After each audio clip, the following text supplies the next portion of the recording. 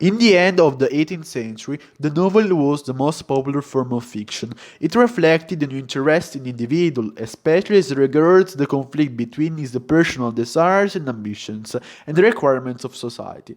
The changes in the English society in the 18th century provided the background for the rise of the novel of manners.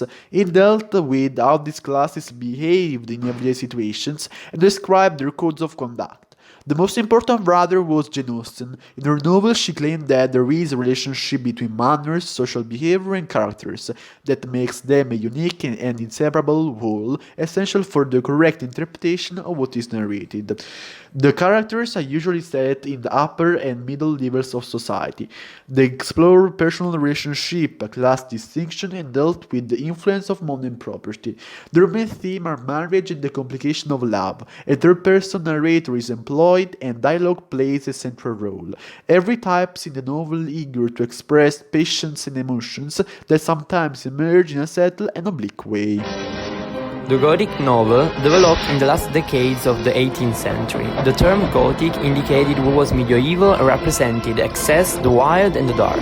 It is characterized by a great importance given to terror and horror, obscurity and uncertainty, and the latter by evil and atrocity drag the plot. One of the most important settings is the night, within isolated castles, mysterious abbeys and convents.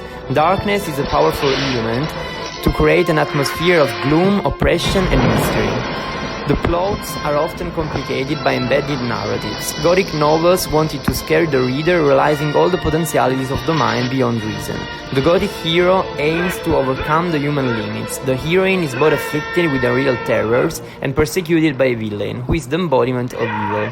Another important novel that hid the sensibility of the romantic England of the 18th century is the historical one. This is a literary genre that reflects the romantic interest in the past, particularly the historical period of the Middle Ages.